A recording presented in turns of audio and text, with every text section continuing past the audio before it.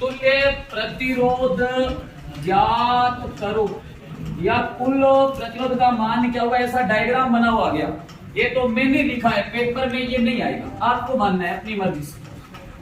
आपको मैंने वैल्यू दी है रेजिस्टेंस की, कि प्रतिरोध के मान ये आपको कुल बताना है।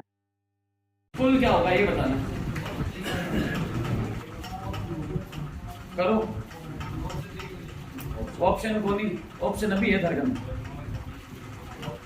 उम्र कितनी होगी, अभी भी ऑप्शन है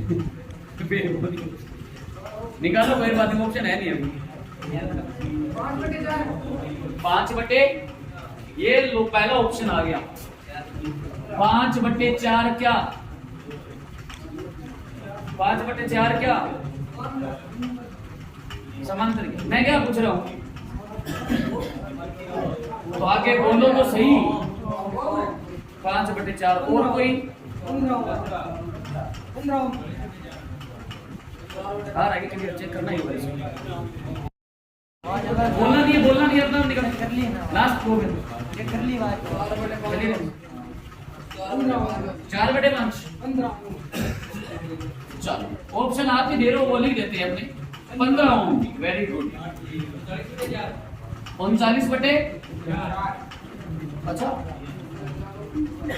39/4 4/27 इतना ऑप्शन तो पेपर में ही बनी हुआ है। खिचड़ बताइए, खिचड़ खिचड़ बता भी। आइंस्टीन का है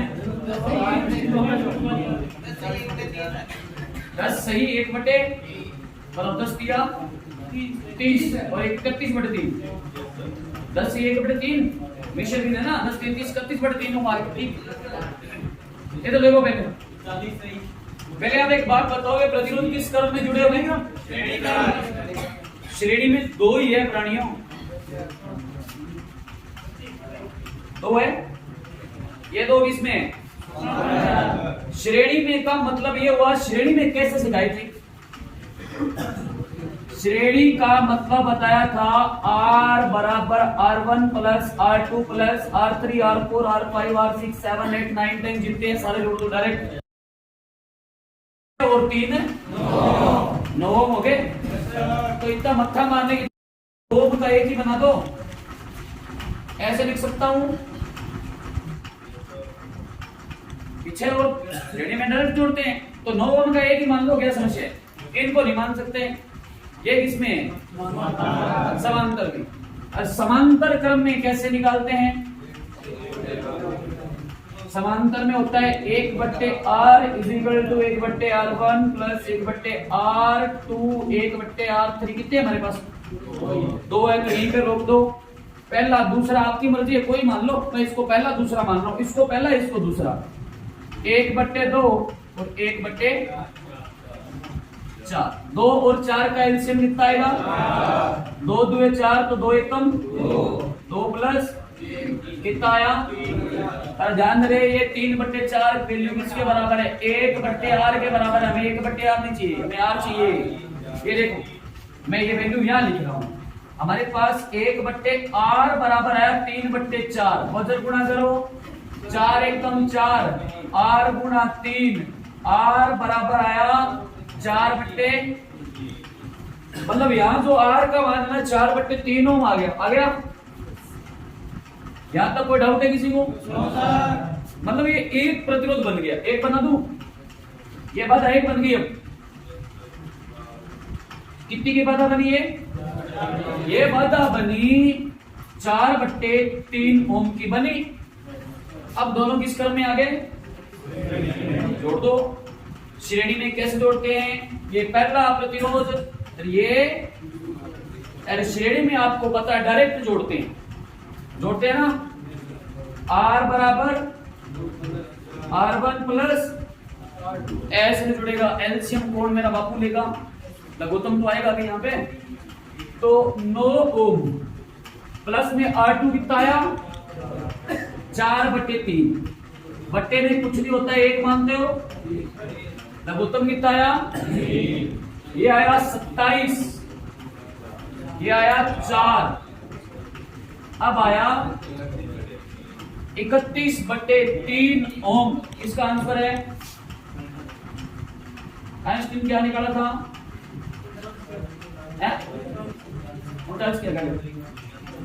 31/3 किसने निकाला था? ऐसे निकाला था?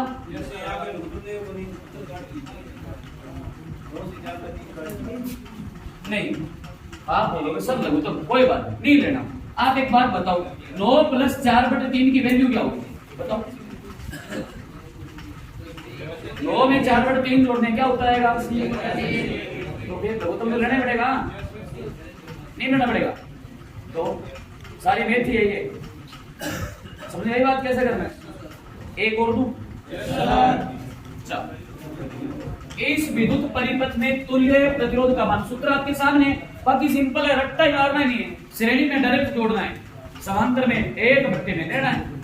आपको एक सर्किट दे रहा हूं, एक ही दे रहा हूं, बड़े से बड़ा, इससे बड़ा आप पहली बात कितना बड़ा आपके लिए आएगा दे दीजिए, ठीक है?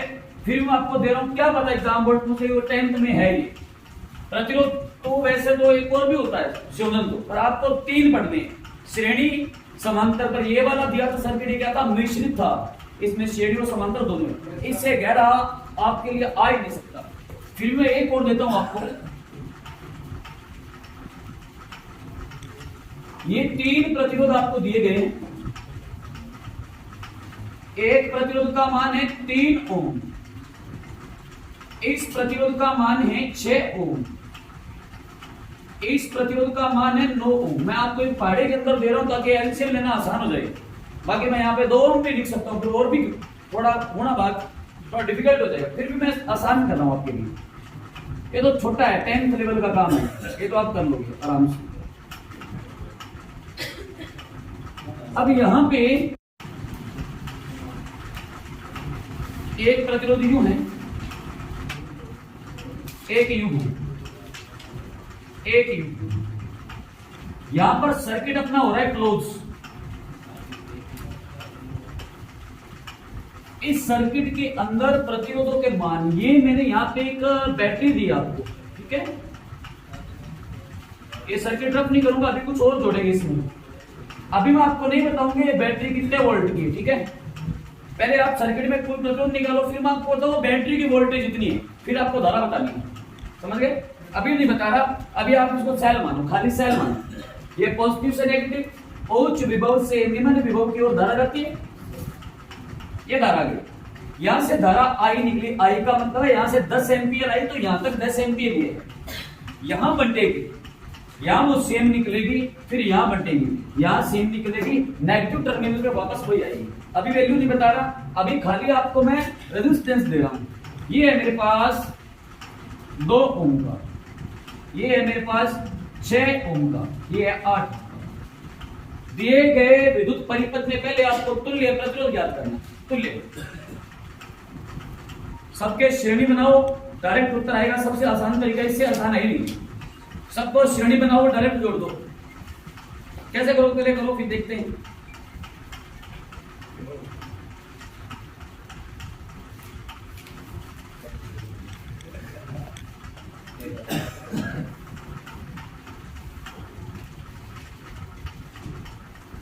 ये टिंगलिंग तो ऐसे चलती रहेगी, पोल पे भी चलती रहेगी, जिंदगी में भी यही चलेगी। रोज की टिंगलिंग होती है ना जिंदगी में, सुबह शाम तो फिर वो भी चलेगी, ये वो चलेगी, ये जिंदगी में तो चलने दो, कोई टेंशन। आप थोड़ी टेढ़ी हार लगेगी, थोड़ी सीधी कर देती, कोई ना, आप करो।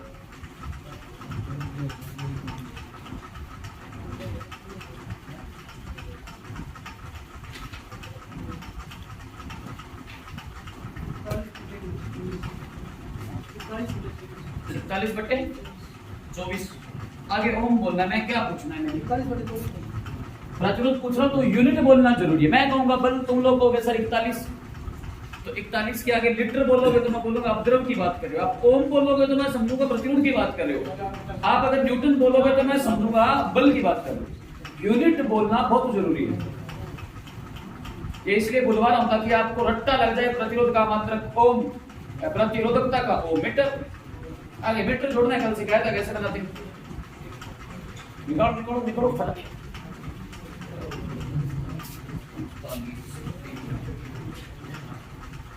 रवीन, अगर आपका उत्तर गलत है इसका मतलब आपको एलसीएम लेना भी नहीं आता है। साबित हो जाएगा एलसीएम एलसीएम आता है कि नहीं आता है। नहीं आता तो पहले वो सिखा देना। अरे गाढ़ो तरीका है एलसीएम, जब जो दोनों संख्याएं आपस में नहीं मिलती है ना उनका एलसीएम उनका गुणनफल होता है, और उनका वजन गुणा भी कर दो तो भी चल जाएगा। ये गाढ़ो तरीका है एलसीएम। इसका मतलब गणित बहुत कमजोर है तुम्हारी।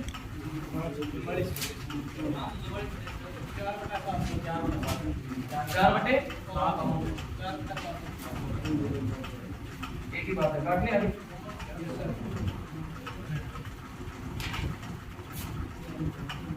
और कोई मानवो, देवियों, देवता हो, ये क्या मैं मुंह लटका रहा हूं, मर घबराहट हो गई। बोलो के उत्तर एक दो खिचड़ बता क्या है। इंटेलिजेंट आदमी इंग्लिश मीडियम स्टूडेंट रेड हो इसी बात हो गई यार। देखा तो पता ना छाड़ा पाड़ रहे ना पाड़ दे। इधर देखो, सिंपल सी बात, क्वेश्चन को कैसे सोल्व करना है। मैंने क्या बोला है, समांतर को पहले श्रेणी में बनाना है। ये 3 किस क्रम में है, इसको रहने दो। ये 2 किस क्रम में है, पहले इसको हल करें। इधर देखो, इसको रफ कर दो, यहां ध्यान दो। इसको ये तीनों किस क्रम में, पहले ये सोचो। समांतर में तो फॉर्मूला क्या लगेगा, 1/r = 1/r1 + 1/r2 + 1/r3। 3 ओम 6 ओम 9 ओम, 1/3 + 1/6 + 1/9। कोई फर्क नहीं पड़ता, आप 9 को पहले लिखो 3 को बाद में, कोई फर्क नहीं पड़ता उनसे, जुड़ने ही है सारे। 3, 6 और 9 का एलसीएम क्या आएगा, 18 आएगा। एलसीएम तो सबको पता है ना। एलसीएम का मोटा मोटा लफड़ा ये होता है कि ऐसी संख्या जो दी गए अंकों के एक पहाड़े में आ जाए। 3, 6 और 9 के पहाड़े में ऐसी संख्या जो सबसे पहले आएगी। 3 के पहाड़े में 6 आता है, फिर 9 भी आता है, आते हैं ना। 18 3 के पहाड़े में भी आएगा, 6 के पहाड़े में भी आएगा, 9 के पहाड़े में भी आएगा। एलसीएम का उस पहाड़े में आती है वो संख्या होती है। एलसीएम कितना है इनका, कोई ऐसा है क्या जिनको एलसीएम निकालना नहीं आता। ईमानदारी से बता दो, कुछ नहीं कहूंगा आप तो ईमानदारी से, सर आता नहीं बताइए। 3 6 के 18 तो 6 एकम, 6 3 3 एकम, 9 2 18 2 एकम, 6 3 9 और 2 11/18। अक्सर याद रखना भिन्न के रूप में कि समझ लो ये वैल्यू आर की नहीं है। मतलब कहने का ये जो आपको समांतर क्रम में जो वैल्यू आई ना उसको उल्टा करो, वो आर की वैल्यू है, उसको उल्टा करो। उल्टा क्यों करूं, तो 1/r बराबर 11/18 आया ना। मुझे 1/r थोड़ी चाहिए, मुझे तो आर चाहिए। आर वज्र गुणन करोगे, वो सेम ही चीजें, पर एक ही बात है, जो 1/r की वैल्यू उसको पलट दो, वो आर की वैल्यू आएगी। यानी यहाँ मेरा कहने का मतलब आर बराबर 11/18 नहीं है, ये है सिंगल तरीका। तो मैं इसके आगे ओम लगा दूं, तो ये एक प्रतिरोध बन गया। अभी एक बाधा बन गई, तीनों को जोड़ के एक बना दूं।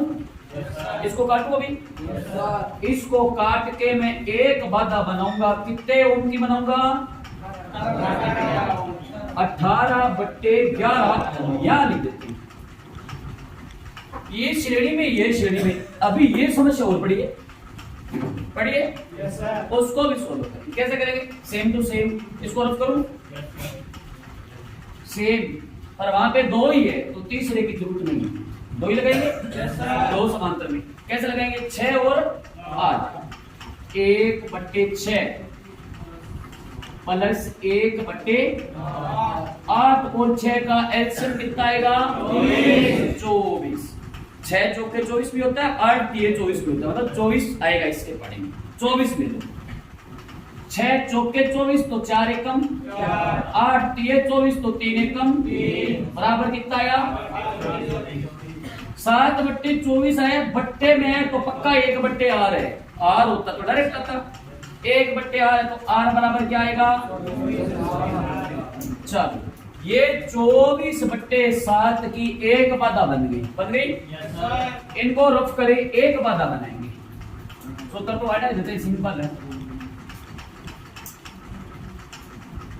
अभी ना नहीं याद हुआ ना, फिर आपको जिंदगी में नहीं हो सकता। 24 अब देखो सारे किस क्रम में, श्रेणी में जोड़ते हैं डायरेक्ट। इसको मानू मैं R1, इसको मानू श्रेणी में। कैसे जोड़ते हैं? जितनी बाधाएं हैं डायरेक्ट जोड़ते हैं। पहली बाधा कौन सी? 18/11 ओम। दूसरी बाधा कौन सी? 2 ओम मान लो, पर आप 2/1 करो। बट्टे में 1 मानो, कोई फर्क नहीं पड़ता। किसी भी अंक के बट्टे में 1 हो चाहे ना हो, कोई फर्क नहीं पड़ता। 1 लगाओ, 1 से गुणा करो, भाग करो, उत्तर वही रहता है। अब आप सोचो 24 कितना आया? अब मैंने एक बात बोली थी, लघुत्तम निकालना नहीं भी आता, ऐसी संख्या तो किसके पहाड़े में नहीं आते हैं, उनका गुणनफल उनका एलसीएम होता है। ना तो 7 के पहाड़े में 11 आता है, ना 11 के पहाड़े में 7 आता है, तो एलसीएम 77 है। 7 का पहाड़ा कहीं तक पढ़ लो 11 आएगा क्या? 11 का पहाड़ा कहीं तक पढ़ लो 7 आएगा क्या?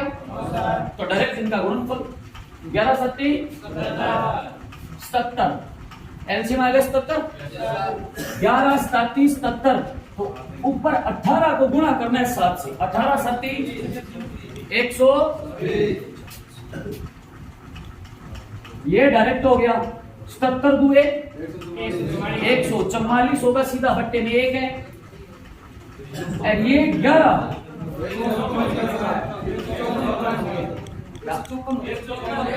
कौन सा?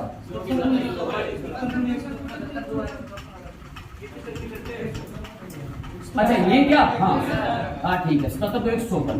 अब ये देखो 11 का डायरेक्ट आप मल्टीप्लाई कर लो। 11 चौके 44, 4 11 दुए 22 और 4 200। अब इनको आप टोटल करो। अब आप सोचोगे सर ये भी हमारे पास आ, उसको पलट दें क्या? नहीं पलटना है, ये वैल्यू R की चल रही है।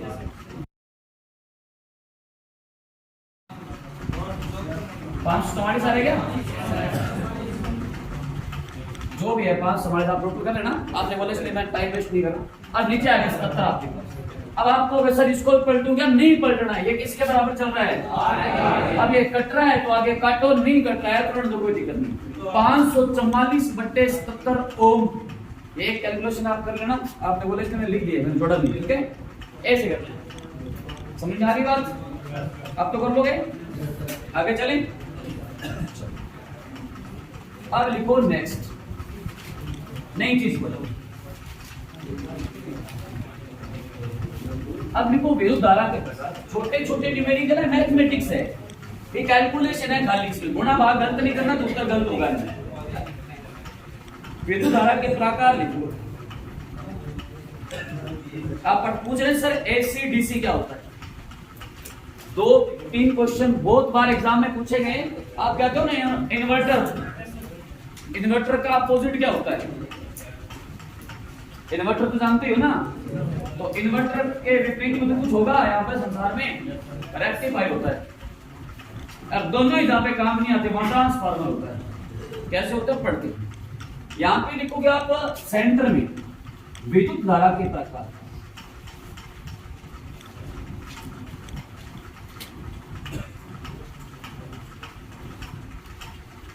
विद्युत धारा के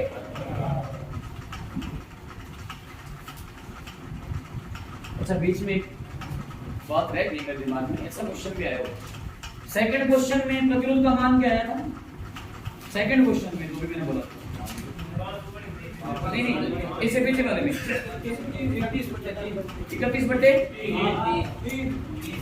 31/3 आया था।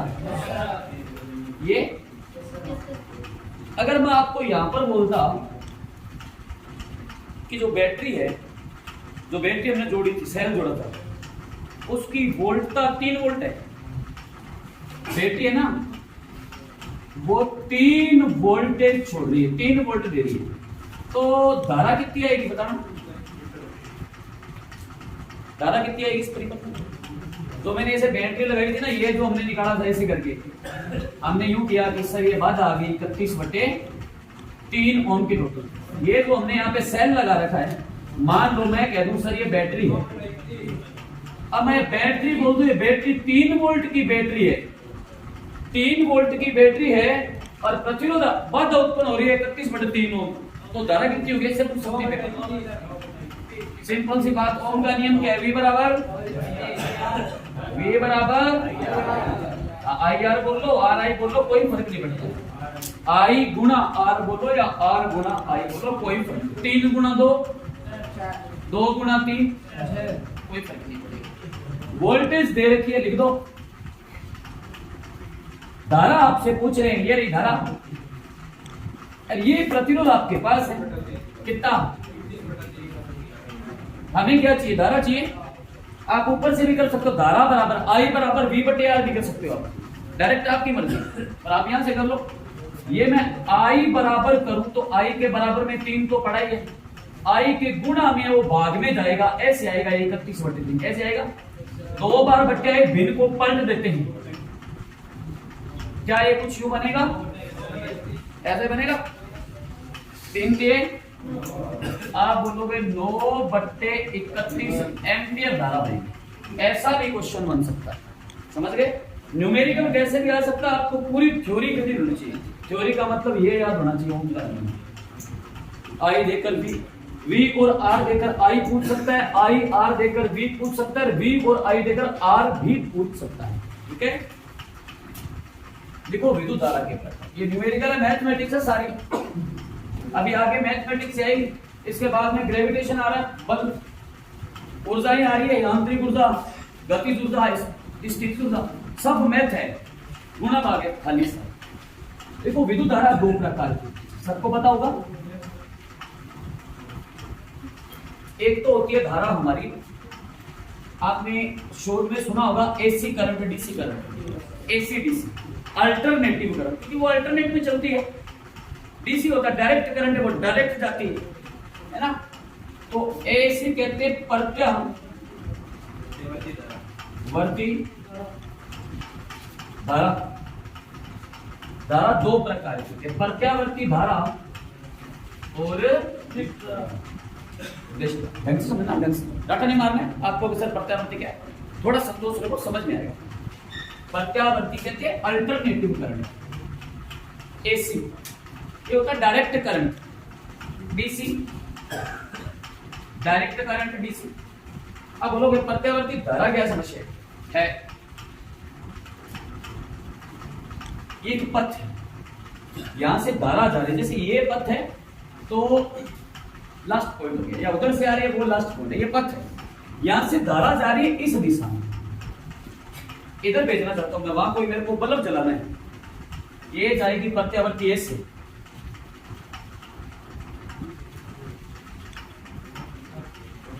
Plus minus plus minus plus, ये यहां से चला यहां तक आया। आप कहोगे सर ये क्या समस्या? आवर्ती है, फ्रीक्वेंसी, फ्रीक्वेंसी कहते हैं। आप कहोगे होती क्या? आपका बिजली वाला बिल होता है, उस पर लिखा होता है ना, 220 वोल्टेज, नीचे लिखा होता 50 हर्ट्ज। बहुत बार पेपर में आया हुआ है।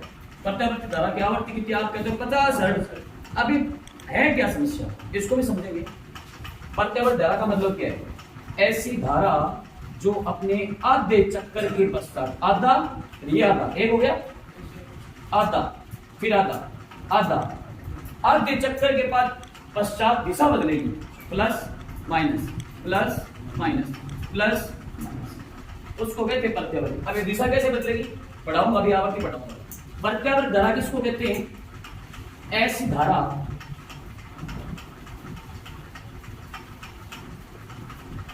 जो आधे चक्र के पश्चात, ये जो है ना, ये बदल रही है दिशा, आपको लग नहीं रही, क्यों लग रही? कारण बताऊंगा अभी। पश्चात अपनी दिशा, दिशा बोल दो या इसको आप ध्रुवता भी कहते हो, पोलरिटी, पोलरिटी बोलो, ध्रुवता। दिशा बदलती है, बदलती है, वो होती है प्रत्यावर्ती। फिर आपको निर्दिष्ट कौन सी? अरे दिशा बदल रही है, इसका मतलब क्या? कैसे बदल रही है, समझेंगे इसको। दिष्ट धारा ऐसे है, यहां से भेजनी इस दिशा में जाएगी,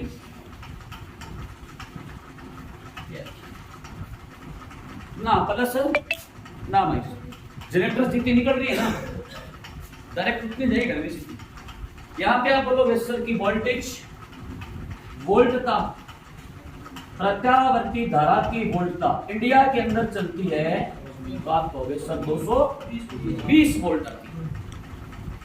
आप कहोगे सर आवर्ती, आवर्ती होती है 50 हर्ट्ज, शॉर्ट में कहते हैं एच जेड लिखा आता है, हर्ट्ज होता क्या, समझेंगे अभी समझेंगे। अब मैं आपसे पूछूं, ये प्रश्न पेपर में आया हुआ इंपॉर्टेंट है, आपसे पूछूं मैं दिष्ट धारा की आवर्ती कितनी होती है, ये है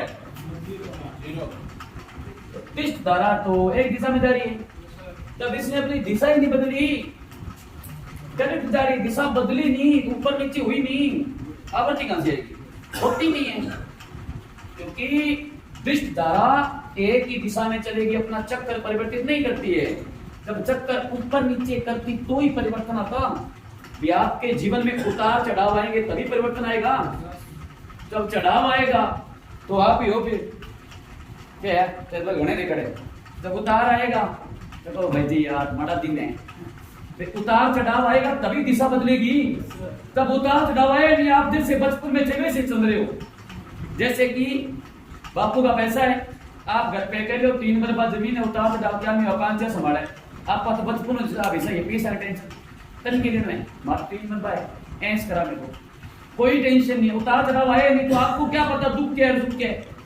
जब उतार चढ़ाव आए नहीं, दिशा नहीं बदलेगी, तो दिशा बदली नहीं, आवर्ती कहां से जीरो। ये मोस्ट इंपोर्टेंट क्वेश्चन है। दिष्ट धारा की आवर्ती होती है जीरो। अब आप कहोगे सर डीसी क्या होती है, डीसी होती है एसी का एग्जांपल, यहां लिखता हूं मैं ऊपर एसी वोल्ट का पढ़ाई थी ना, वोल्ट दिस धारा की वोल्टेज तो अनलिमिटेड चलती है, 220 से स्टार्ट होती है। जैसे इसकी बोलो ना, हमारे ये बात करो अगर इंडिया के अंदर, ये अमेरिका में आवर्ती 60 हर्ट्ज है, वोल्टेज 110 है, किसी काम की नहीं। कनाडा के अंदर बात करो 330 है, ये चेंज होती रहती है। इसकी वोल्टता डिपेंड करती है कि आपके पास जो जनरेटर है वो किस हॉर्स पावर का है, छोटे से छोटी, बड़ा है तो बड़ा। विवाह शादी में नहीं होता, एक लगाते हैं, कई बार 2 लगाते हैं, कई बार एक बड़ा लगाते हैं, वो तेल की बूट मांगे 855 राज डालते हैं सीधी, है ना। तो वोल्टता वो होगी, डिपेंड करेगा कौन सी हॉर्स पावर है। अब आप हॉर्स पावर क्या होता है, 1 HP इज इक्वल टू 746, ये याद हो गया ना। 1 हॉर्स पावर का मतलब 746 वाट। जितने हॉर्स पावर का आपके पास डायनेमो उतनी वोल्टेज, पर फ्रीक्वेंसी नहीं है, वोल्टेज तो इसकी घटती बढ़ती रहती है, डिपेंड करता है जनरेटर की हॉर्स पावर का। अब बोलोगे प्रत्यावर्ती धारा क्या है, मोस्ट इंपोर्टेंट क्वेश्चन, घरेलू धारा पेपर में आएगा। घरों में बहने वाली धारा कौन सी है, प्रत्यावर्ती, घटती है बढ़ती है। कहते हैं आज रेट डिम है, आज रेट तेज आ गई, मार तो फ्रिज बढ़ गयो, मार टेलीविजन बढ़ गयो, कम ज्यादा हो रही। देखो पॉजिटिव पॉजिटिव इससे ज्यादा हुई। अगर आपने घर में फ्यूज लगा रखा तो आपके उपकरण बच जाएंगे, और फ्यूज भी आपने वैसे लगाया है अड़ू तरीके से, जैसे मैंने समझाया था एक दिन, तो फ्यूज तो उड़ेगा नहीं, अड़ंगा बड़ंगा है जो वो सड़ जाएगा, वो इस पे डिपेंड करता है। अब ये क्या है, ये सब है कहां से आती है, 2 ही एग्जांपल याद रख लो, सब में यही होती है, या तो सेल है और या तो बैटरी। दिष्ट धारा में कहीं भी सोच लो, सेल है या फिर बैटरी, कोई कुछ भी देख लो आप। मोबाइल क्या है, डीसी, रिमोट काम करे डीसी, घड़ी क्या है डीसी, इन्वर्टर क्या है, सेल या बैटरी का जहां भी जिक्र हुआ क्या होगा, घरेलू धारा। अब आप सोचोगे सर ये ऊपर नीचे वाली समस्या क्या है, दिक्कत इसमें आ रही है, आवर्ती क्या है, ये आवर्ती चल रही है अभी आपके सामने, पर आपको महसूस नहीं हो रही, इसको आपको महसूस करवाते हैं, है ना। ये बात क्लियर हो गई। विद्युत धारा कितने प्रकार की होती है, कौन सी धारा अपने आधे चक्कर के पश्चात ध्रुवता या दिशा परिवर्तित करती है, कौन सी धारा की दिशा नहीं बदलती है, दिष्ट धारा की आवर्ती क्या होती है, और प्रत्यावर्ती धारा की वोल्टता कितनी होती है? 220। आवर्ती 50। अब आप क्यों समझेंगे अपने की आवर्ती चेंज कैसे? मेरी आवर्ती नाम की समस्या क्या है? एक मैंने आपको चीज पढ़ाई थी तरंग दे रहे, बस उसका उल्टा आवर्ती है। कैसे? पहले दोनों धाराओं को अपने बदल दे। क्या आपने एसी को डीसी में बदलते हैं? बदलते हैं। क्या डीसी को एसी में बदलते हैं? एसी को डीसी में बदलते हैं, डीसी को एसी में। अब बदलते हैं तो बदलते कैसे? कुछ उपकरण है आप दैनिक जीवन में घर पे काम में लेते हो, ओके? घर पे काम में लेते हो। अगर घर पे नहीं है ना अभी, तो उसका एग्जांपल है कि ये मेहनत करो, 2 रुपया कमाओ, एसी डीसी डीसी डीसी बदलो। अभी ना है नहीं तो कहेंगे बल्ब भी ना होने करे, कोई बात नहीं। उसका सिस्टम ये कि चेंज करो, तो ऊपर डिपेंड करता है। अब मैं शॉर्ट में लिख दूं एसी डीसी। एसी मतलब डीसी मतलब डीसी डिस्ट। अब देखो एसी को अपने डीसी में बदलेंगे। पेपर में आता है प्रत्यावर्ती धारा को डिस्ट धारा में कौन सा उपकरण परिवर्तित करता है? एसी को डीसी में। और ये भी आता है डीसी को एसी में कौन बदलता है? बदलते हैं उपकरण तो है। देखो सोचो, एसी को बदलेगा डीसी में, नाम क्या है? डीसी। डी से बनेगा दिष्टकारी, हिंदी में क्या कहेंगे? दिष्टकारी। एसी को जो डीसी में बदलेगा कौन सा उपकरण? दिष्टकारी बदलता है ना? दिष्टकारी को इंग्लिश में कहते हैं रेक्टिफायर। क्या कहते हैं? रेक्टिफायर। डीसी को एसी में सिंपल सी बात, कौन बदलेगा? इन्वर्टर बदलता है। घर पे लगाते ही हो ना, एसी आई, स्टोर किया, डीसी रख ली, लाइट चली गई, इन्वर्टर चालू, डीसी से आपके घर में वापस पंखा चल रहा है, तो डीसी से वापस एसी आ रही कि नहीं आ रही? आ रही है। तो ये है इन्वर्टर, है क्या नहीं? अब एक चीज और बढ़िया वाली बात, आप ये बताओ मुझे, एसी जो है ना अल्टरनेटिव करंट प्रत्यावर्ती धारा, उसको अपने स्टोर नहीं कर सकते। कर सकते हैं क्या? अब ये लाइट चल रही है, जब तक एसी आ रही है तब तक पंखा चलेगा। अगर ये एसी खत्म तो बाद में पंखा चलेगा क्या? चलाने के लिए हमें क्या चाहिए? इन्वर्टर चाहिए, तब बदलेंगे। तो कौन सी धारा को संचित नहीं किया जा सकता? खास बात, संचित नहीं कर सकते। नीचे डीसी को बोलूं तो करते हैं। इन्वर्टर का मतलब ही क्या है? स्टोर ही तो करेगा। इन्वर्टर अपने अंदर कन्वर्ट करके रख लेता है। अब आपके घर में लाइट चलेगी, पड़ोसियों में चलेगी, आपका इन्वर्टर है, लाइट नहीं है, बटन चालू, रात का टाइम आपके बल्ब जल रहा है, पड़ोस सोच रहे हैं मेरे मोबाइल चार्ज लगाई जाओ कि मैं आ गया। होता है ना, कई बार नोटिस किया होता है, ये चीज होती है। तो आपको चाहिए ये, इसके लिए चाहिए क्या? तो वो कहां से आएंगे? जब मैं करोगे तो आएंगे। तो डीसी संचित किया, अरे सुख सुविधाएं सब सिस्टम यही है, संचित किया जा सकता है। तो कौन सी धारा को संचित किया जा सकता है? डीसी। कौन सी धारा को संचित नहीं किया जाता है? प्रत्यावर्ती धारा को दिष्ट धारा में कौन सा उपकरण परिवर्तित करता है? रेक्टिफायर या फिर रेक्टिफायर। ये देखो दिष्टकारी, इसको रेक्टिफायर बोलो, इन्वर्टर है की बात। पर भूल जाओ तो जैसे मैंने याद कर रखा, देखो ए से डीसी, डीसी से दिष्टकारी, जब दिष्टकारी रेक्टिफायर है तो घरों में तो इन्वर्टर ही होगा। ऐसे मैंने याद कर रखा, मैं कभी नहीं भूलता उस चीज को, ऐसे आप ही याद रखो।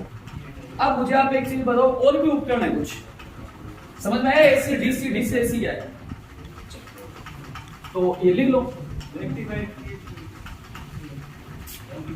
अपने घरों के अंदर आ रही प्रत्यावर्ती धारा, उसको हम बदल रहे दिष्ट धारा के अंदर।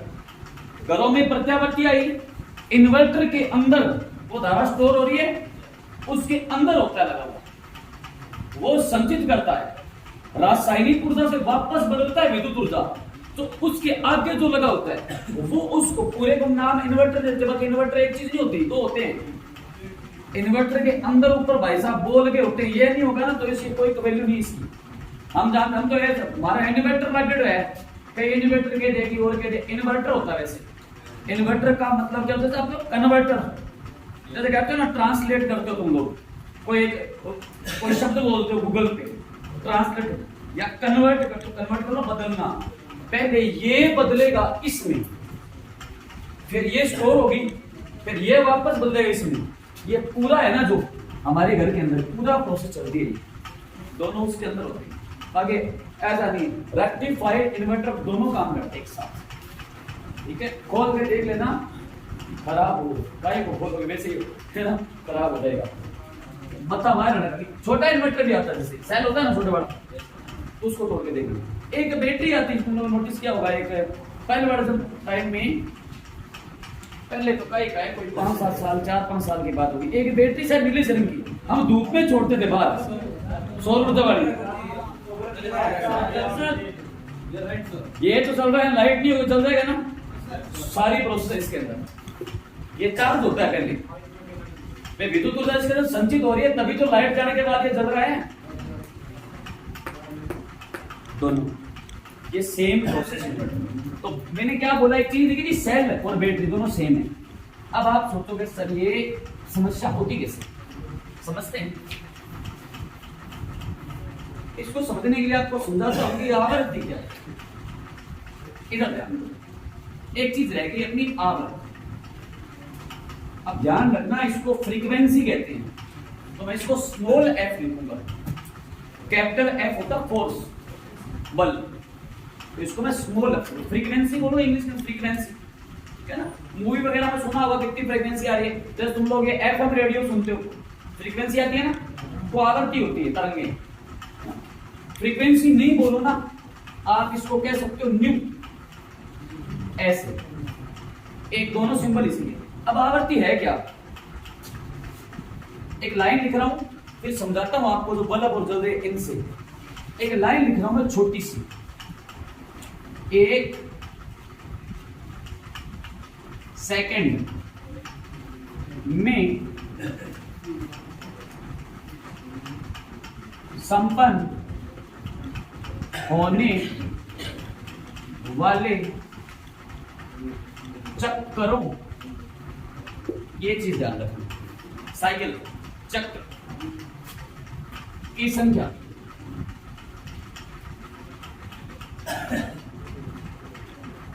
आवर्ती कहलाती। अब आप बोलो कौन से चक्कर सर संपन्न हो रहे हैं, यहाँ पे चक्कर हो रहे हैं, यहाँ पे संपन्न हो रहे हैं, हमें महसूस नहीं हो रहे, कारण है हमारी आंख के अंदर अपवर्तन हो रहा है, इसलिए हमें ये वाले चक्कर महसूस नहीं होते, ये कारण। अब मैंने क्या बोला, एक सेकंड में संपन्न होने वाले चक्करों की संख्या आवर्ती कहलाती है। अगर मैं आपको पूछूं कि सर इसका मात्रक क्या होगा, मैंने क्या बोला, एक सेकंड में संपन्न होने वाले चक्करों की संख्या आवर्ती। एक सेकंड में 50 चक्कर निकले तो 50 आवर्ती, 100 निकले तो 100 आवर्ती, 150 निकले तो 150 आवर्ती। मैंने बोला एक सेकंड में संपन्न होने वाले चक्करों की संख्या, चक्कर मतलब साइकिल, तो मैं लिख दूं साइकिल यानी चक्र प्रति, क्या ये बात सही है? एक सेकंड में संपन्न होने वाले चक्करों की संख्या आवर्ती है, यही तो मैंने बोला है। तो मैं लिखूंगा साइकिल पर सेकंड, चक्कर प्रति सेकंड, चक्कर प्रति मतलब क्या, एक सेकंड 50 चक्कर है तो आवर्ती 50। अब ये बात बताई किसने, ये बात बताई एक वैज्ञानिक ने जिसका नाम था हेनरी रुडोल्फ हर्ट्ज, ये भी महिला थी, विद्युतधारा में लगभग महिला ही है, तो करंट बोलो है ना, महिलाएं या प्राणी लोग बहुत कामयाब है, 1000 बार बोला मैंने। अब मेरे बार उदाहरण शेर के लिए बोलता है, एक वो है ना दुकान तो के बोल रहे वो जीव सिखा लंबी लंबियां, वो ऐप से आवे ना ऐप चेट पेपर लुगाई उसी मुंछा लगा लो की लगा लो की बना दी, वेरी बकवास जीव काट दे वो। ये चक्कर महिलाओं के दिन है। अब देखो एक महिला थी जिसका नाम था हेनरी रुडोल्फ हर्ट्ज, उस महिला ने ये बात बोली कि एक सेकंड में संपन्न होने वाले चक्रों की संख्या आवर्ती कहलाती है, इसीलिए आप आवर्ती का मात्रक देते हो हर्ट्ज, नहीं देते क्या? हर्ट्ज लुगाई है, जैसे एम्पियर है लुगाई, ऐसी लुगाई है, वोल्ट है वो आदमी है, न्यूटन है वो आदमी, ऐसे महिला थी। तो मेरा कहने का मतलब ये है कि पेपर में कभी आए आवर्ती का मात्रक क्या है तो हर्ट्ज आप उल्टा मारा है, जरूर थोड़ी हर्ट्ज होगा। चक्कर प्रति सेकंड भी तो आवर्ती का मात्रक है, ये भी आवर्ती का मात्रक है। चक्कर प्रति सेकंड को ही हर्ट्ज कहते हैं। अब आप बोलोगे कौन सा चक्कर? ये जो प्रत्यावर्ती धारा आ रही है इसकी आवर्ती हमने कितनी बोली? 50 बोली। इसका मतलब कहने का ये है कि ये जो पंखा है ना या ये जो बल्ब है या ट्यूबलाइट है, ये 1 सेकंड में 50 बार ही ऑन हो रहा है, 50 बार ऑफ हो रहा है वास्तविकता में। अजीब लग रहा है ना आपको? तो दिखे बैंक लंबी लंबी मान तो कौन दिखे मान तो नहीं दिखेगा। क्या बोल रहा हूं मैं? ये बल्ब 1 सेकंड में 50 बार ही ऑफ हो रहा है, 50 बार ही ऑन हो रहा है। ये पंखा भी 1 सेकंड में 50 बार ऑन ऑफ, प्लस माइनस। आपको नहीं दिख रहा, क्यों नहीं दिख रहा?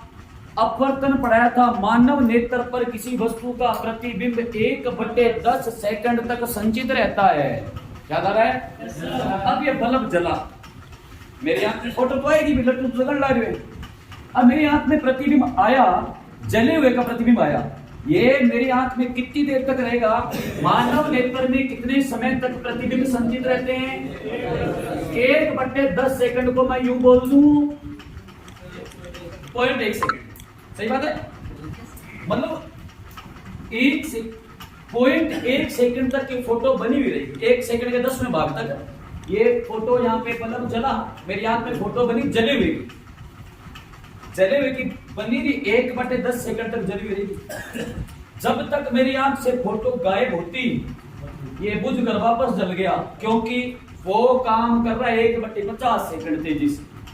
ये तो 1/10 है और वो 1 सेकंड में 50 बार। तो जब तक ये बुझता, ये बुझा और मेरी आंख में बुझे हुए की फोटो बनती, तब तक बुझ कर वापस जल गया।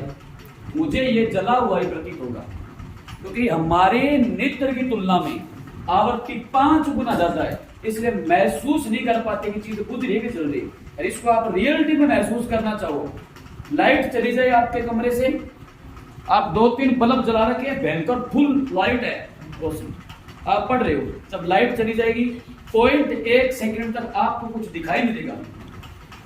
महसूस करना, अंधेरे लाइट वाले कमरे से अंधेरे में चले जाना, अचानक से लाइट वाले पड़े हो ना, अंधेरे में जाना, कुछ नहीं दिखेगा आपको, घनघोर आप यूं करोगे, ऐसे होगा ना, वो ये चीज है। तो ये धारा है ना, ये है ऑन ऑफ 1 सेकंड में कितनी बार चल रहा है? 50। अमेरिका के अंदर 60। तो इसलिए आवर्ती अलग अलग जगह पर अलग अलग है। जहां पर आवर्ती ज्यादा होगी वहां पर वोल्टेज कम होगी, ये खास बात है। कैसे होगी? अब मैं चक्कर बनाता हूं, यहां पे सोचो, ये लिख लो।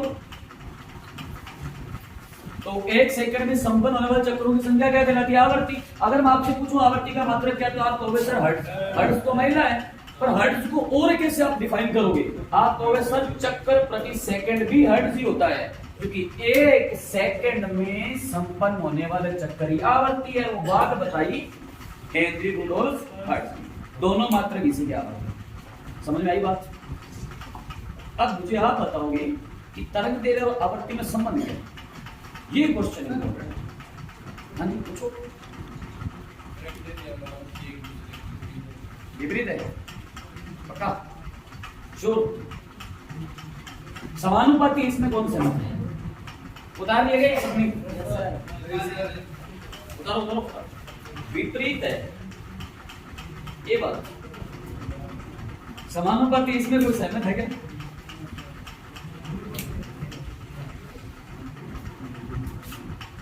चलो 2 चक्कर बनाते हैं, है ना? 2 चक्कर तो होने चाहिए, तभी तो अंतर समझ आएगा। तो 2 चक्कर बनाते हैं। तुम लोगों की ना नेगेटिव घूम कभी खत्म नहीं होगी जिंदगी। कुछ भी बोल दो, बस सोचना गलत तुम लोगों भाई। पढ़ लो प्राणियों, पढ़ लो, ये चक्कर कुछ नहीं है। चक्कर ऐसे चलते रहेंगे, पहिया है ये, घूमता रहेगा, है पेंसिल भी उसके, कोई बड़ी बात नहीं। पढ़ लो हर बात में मत प्राणियों, तुम लोग जो सोचे हो ना वो कुछ है नहीं। नारी नर का द्वार है, बुजुर्ग कह गए, समझ गए?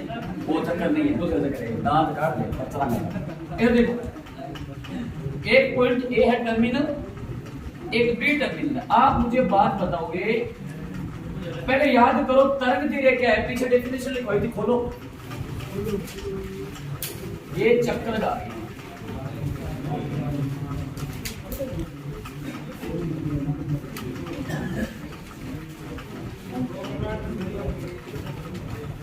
क्या होता है तरंग दैर्घ्य?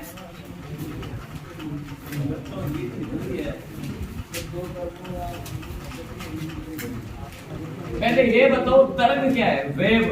पहले ये समझो वेव क्या है, तरंग। तरंग किसको कहते हैं? और तरीके से बताइए तरंग क्या है। इतना ही पढ़ा दो तुम लोगों को, ये नहीं मानना। या देखो एक आड़ तरीका बताया था मूर्खों कि आप एक तालाब के पास बैठे हो, तालाब में पानी पड़ा है, बिल्कुल कांस्टेंट, नियत है, स्थिर, पानी के कणों में कोई भी हलचल नहीं हो रही है, ऐसे पड़े हैं। आप उदास थे, यहां बैठे हो, कालू यहां पे बैठा है। कालू बैठा बैठा क्या करेगा, पानी पास में है, पत्थर लेगा, पानी में फेंकेगा, अक्सर देखा हो। या वैसे भी उदास ना भी हो तो गांव में नहर से आते गुजरते हैं ना, बचपन में काम करते थे, कहते अगर नहर को उठाकर कौन टपावा बीच में कौन फेंके, क्या होगा? आप पत्थर मारोगे तो क्या पानी के कण शांत बैठे रहेंगे क्या? आपको कोई पत्थर मारे आप शांत रहोगे? तो सजीव शांत है, वो तो निर्जीव है, वो कैसे रह जाएगा? वो भी तो गति करेगा ही। आपने पत्थर मारा इधर, इधर मारा तो पानी के कण गति करेंगे इधर, आप इधर से मारोगे तो गति इधर करेंगे, पर गति तो करेंगे, पर ये तो कण पड़े ना, ये गति करेंगे कैसे? ऊपर नीचे ऊपर नीचे ऊपर, क्यों चलेंगे? इधर पत्थर मारा ऐसे तो पानी जाएगा इधर, सही बात है? पानी इधर जाएगा पर ऐसे जाएगा। जैसे आपने नोटिस किया वो पानी में ऐसे से बनता है, ऐसे पता है ना, वो तरंग है। ऊपर नीचे गति करते अणुओं के कारण जिस पथ का निर्माण होता है ना, उस पथ को कहते हैं तरंग। क्या कहते हैं? जैसे मैं बोलूं ए से लेकर बी तक जो पथ बन रहा है ना, वो तरंग है। जैसे कस के धागा बांध लो, यूं करना आप, या आपके पास बीना है, सितार है, गिटार है, आप यूं करोगे ना तो वो यूं करेंगे। अब वो बीच में जो गैप बन रहा है ना, डिस्टेंस यूं कर रहे हो, वो तरंग है। अब ऐसे एक तरंग है, कहां से चली? पॉइंट ए से, कहां पर गई?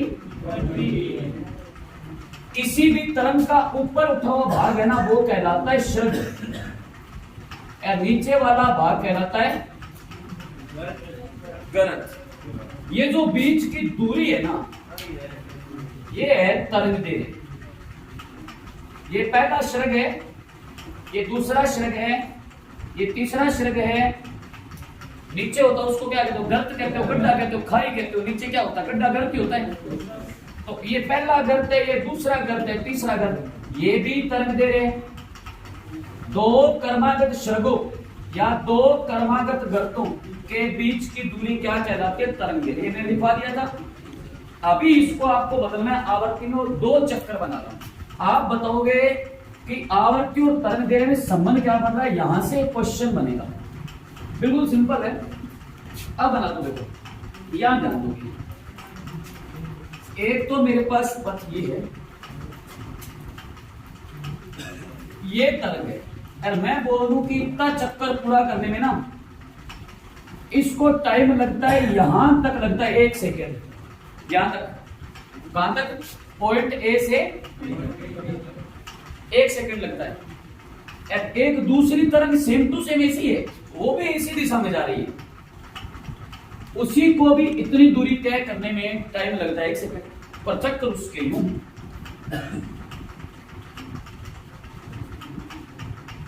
क्या डिफरेंस है दोनों में? यहां पे तरंग दैर्घ्य ये है क्या? तरंग दैर्घ्य को मैंने बोला था वेवलेंथ या लेमड़ा कहते हैं, मैं पूरा लिख देता हूं, उल्टा वाई से। ये तरंग दैर्घ्य है, तो क्या यहाँ पे ये तरंग दैर्घ्य है? क्यों नहीं है? यहाँ भी तो दो श्रगों के बीच की दूरी है, यहाँ भी तो दूरी है। तरंग दैर्घ्य तो ये भी है, पर फर्क कितना है? कम है तो ये भी तरंग दैर्घ्य है।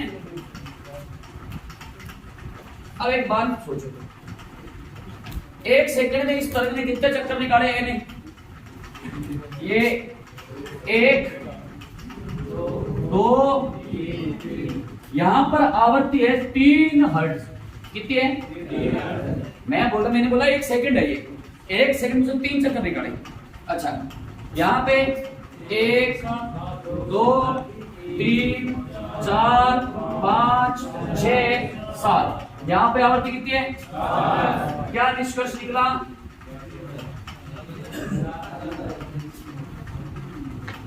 यहां पे आवृत्ति क्या है? आवृत्ति क्या है यहां पे? यहां पे आवृत्ति क्या है? तो फिर ये भी तो बताओ, यहां पे तरंग दे रहे, ये लेंथ ज्यादा है कि ये ज्यादा है? मतलब यहां तरंग दे रहे ज्यादा है, आवृत्ति।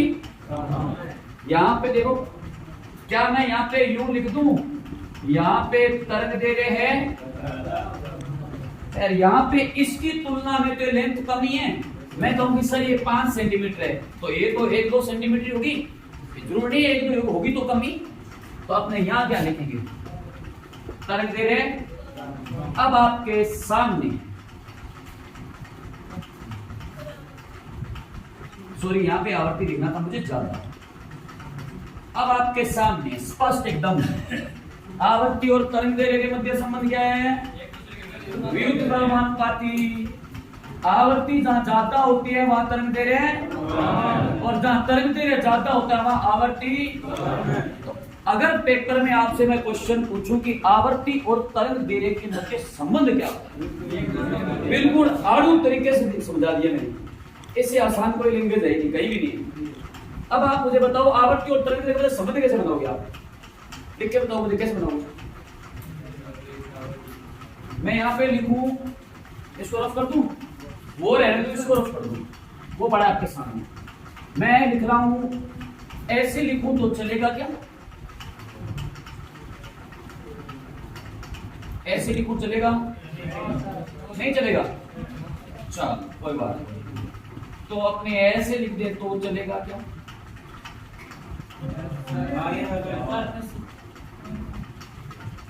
मैं लिख दूं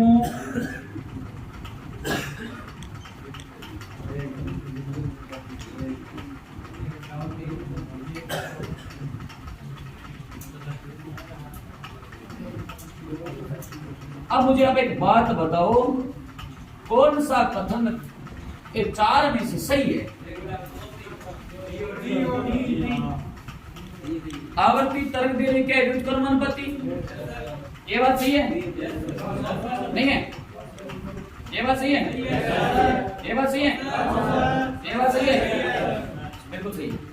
इसका मतलब बट्टे में आ गया। मैं कहूं तरंग दे रहे कम तो आवृत्ति ज्यादा, मैं कहूं आवृत्ति तो तरंग दे रहे वो ज्यादा है तो आवृत्ति कम है। तो एक ही बात है, आवृत्ति कम है तरंग दे रहे ज्यादा, ये भी सही है।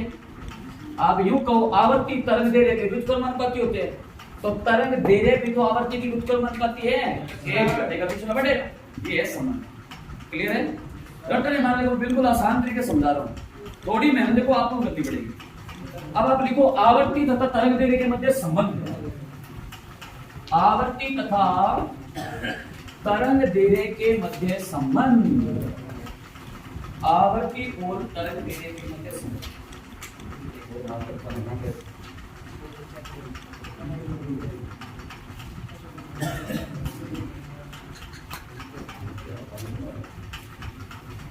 आवर्ती और तरंग दे रहे के मध्य संबंध।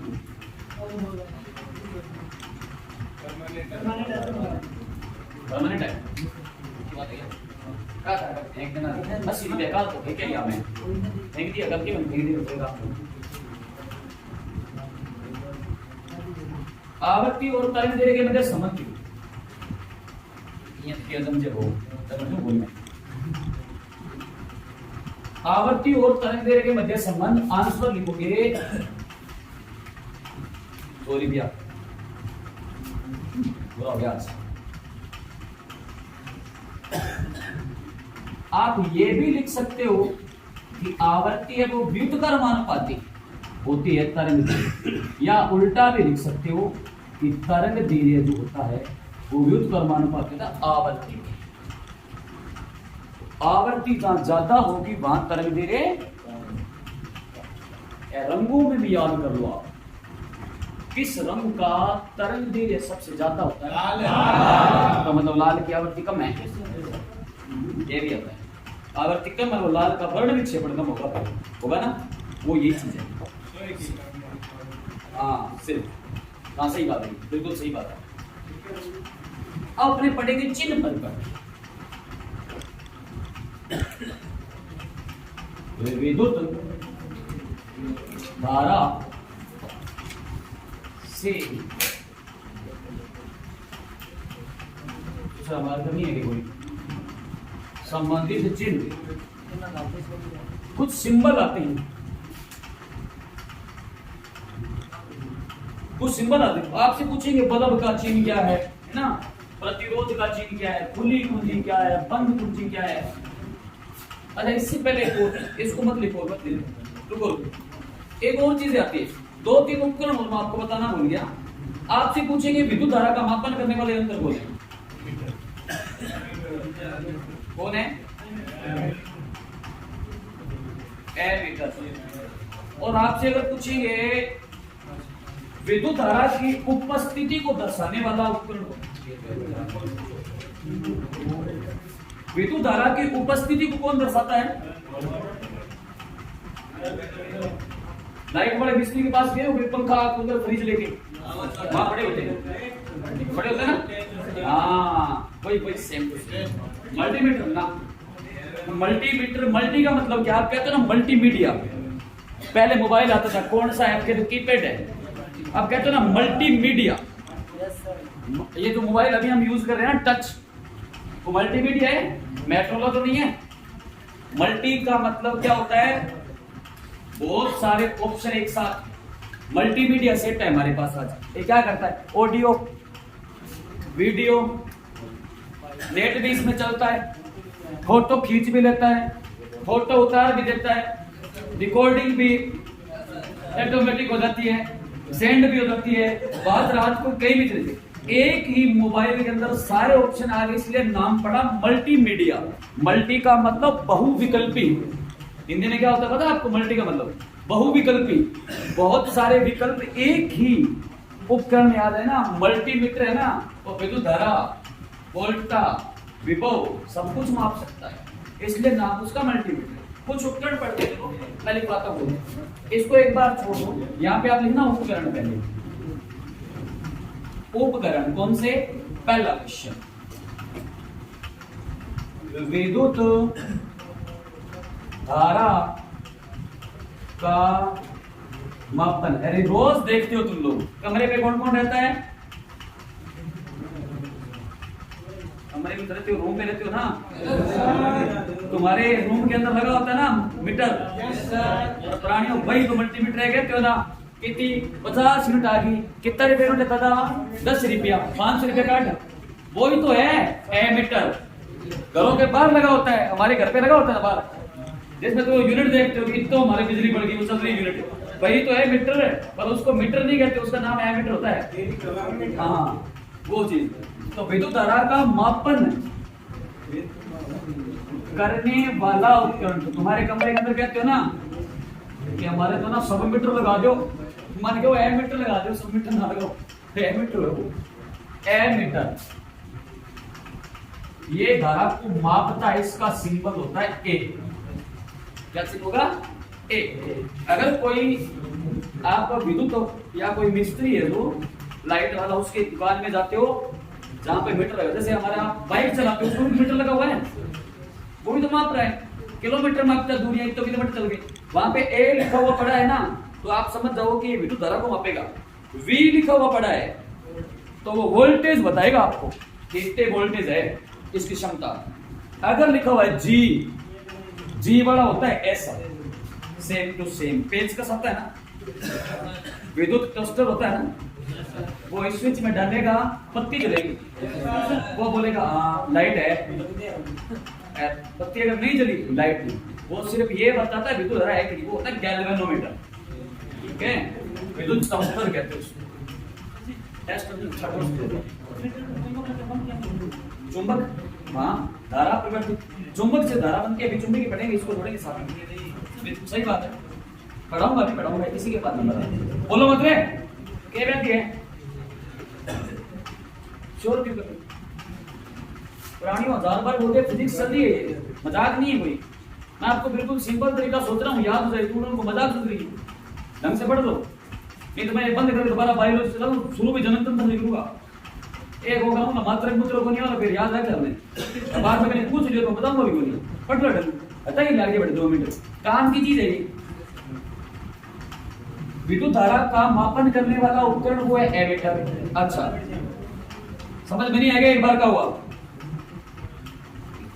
इस बार आवाज आ गई ना मेरे को, तो बोलता हुआ दिखती है, बार करूंगा, ध्यान रखना। अब आवाज आने दीजिए, लास्ट है, दोबारा नहीं कहूंगा, अनमोल को बड़ा दो तावड़ा में क्लास अभी बंद हो गई, बोलना नहीं चाहिए, अब आवाज आने में नहीं चाहिए। विद्युत विभव, विभव मतलब वोल्टेज, विद्युत विभव का मापन करने वाला आपसे पूछे तो सिंपल सी बात है, विद्युत विभव का मात्रक क्या है? वोल्ट। मात्रक क्या है? वोल्ट। तो उपकरण भी क्या बनेगा? वोल्टमीटर। ये एम्पियर है तो एमीटर, और ये वोल्ट है वोल्टमीटर। अब मिस्त्री आता उसके पास होता है पेचकस के जैसा, पर वोल्टमीटर जो होगा ना उसके सेंटर में V लिखा होगा, ऐसे पड़ा होगा, ऐसे बक्सा सा होता है, ऐसा इस टाइप का, यूं करके ऐसा, इसमें छेद से होते हैं ऐसे, ठीक है ना, तो उसमें वो यूं डाल के चेक करता है ऐसे। वहां पे अगर ये लिखा हुआ है तो सोच लो वो वोल्टेज चेक कर रहा है, अगर ए लिखा हुआ है तो सोच लो वो धारा का मान रहा है, अगर वहां पे लिखा होता G तो वो सिर्फ इतना ही देख रहा है करंट आ रहा है कि नहीं आ रहा। ये क्यों देखता है? कारण है। जैसे मैं आपको बोलूं विद्युत धारा को दर्शाने वाला उपकरण, दर्शाने वाला उपकरण वो होता है गैल्वेनोमीटर।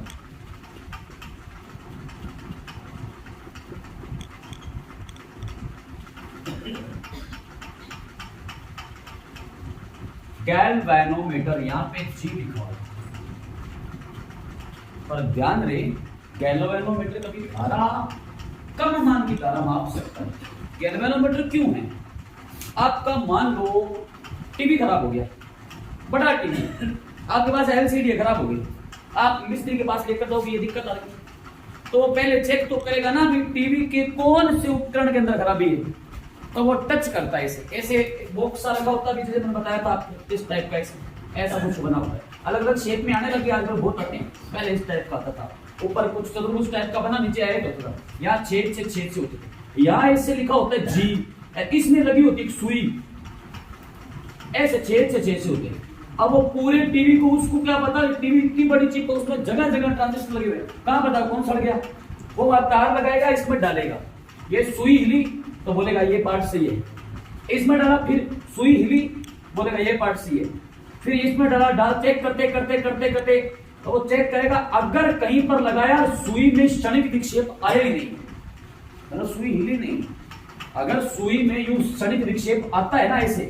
तो उपकरण सही है। मान लो ऐसा कोई पार्ट है उसके अंदर तो खराब हो गया, या लगाया सुई हिली नहीं, इसका मतलब वो चीज खराब है।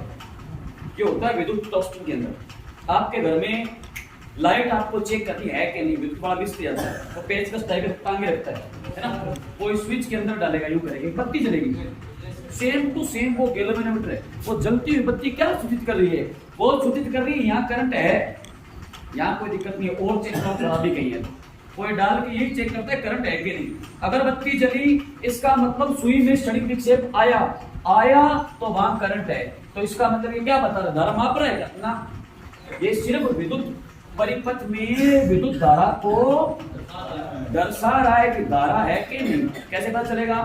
अगर गैल्वेनोमीटर की जो सुई है उसमें यूं क्षणिक विक्षेप आता है तो धारा है, और अगर सुई ऐसी पड़ी हिली नहीं, इसका मतलब वहां धारा नहीं है। तो विद्युत परिपथ में विद्युत धारा की स्थिति को सूचित करने वाला उपकरण या दर्शाने वाला उपकरण कौन है? एक छोटी सी बात आप अलग याद रखना, ये कम मान की धारा का मापन भी कर सकता है, जैसे 0.2 एम्पियर, 0.3 एम्पियर, जैसे मोबाइल के लिए कम मान की धारा का मापन कर सकता है, बाकी मापन ये करता है। कम मान की धारा का मापन कर सकता है, कोई बड़ी बात नहीं। बाकी ये सिर्फ इतना बताने के लिए काम में दिया जाता है कि परिपथ में धारा है कि नहीं। अब आप कहोगे सर एक काम करते हैं, मेरे को बनना है मिस्त्री लाइट का, है ना, तो फिर मैं 3 जुगाड़ साके लेकर रोज घूमूंगे, एमीटर ही लेके चलूं, वोल्ट मीटर, गैल्वन मीटर ना ले, तो लिया मल्टीमीटर। तीनों में एक जगह काम चल रहा।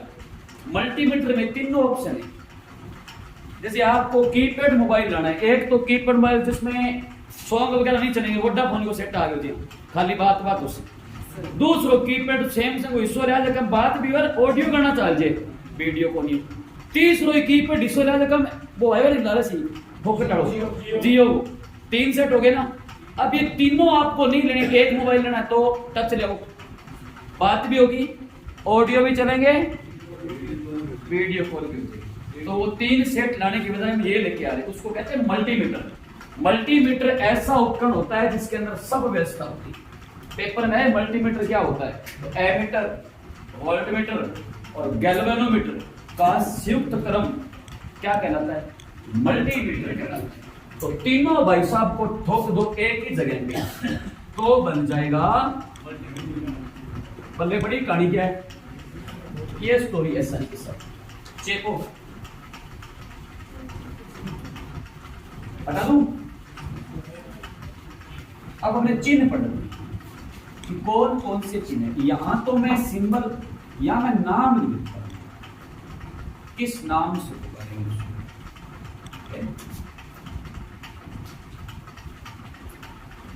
यहां लिखूंगा चिन्ह परिपाटी। पेपर में कई बार आ जाता है दिया गया चिन्ह विद्युत धारा में किससे संबंधित है, कुछ चिन्ह आते हैं, 5 आते ज्यादा नहीं। से क्या क्या नाम आ रहे हैं, एक तो विद्युत धारा खुद होगी, पहले है धारा, फिर आवेश पढ़िए उसको। आवेश, आवेश क्या है, जितने इलेक्ट्रॉन भाई उतने आवेश है।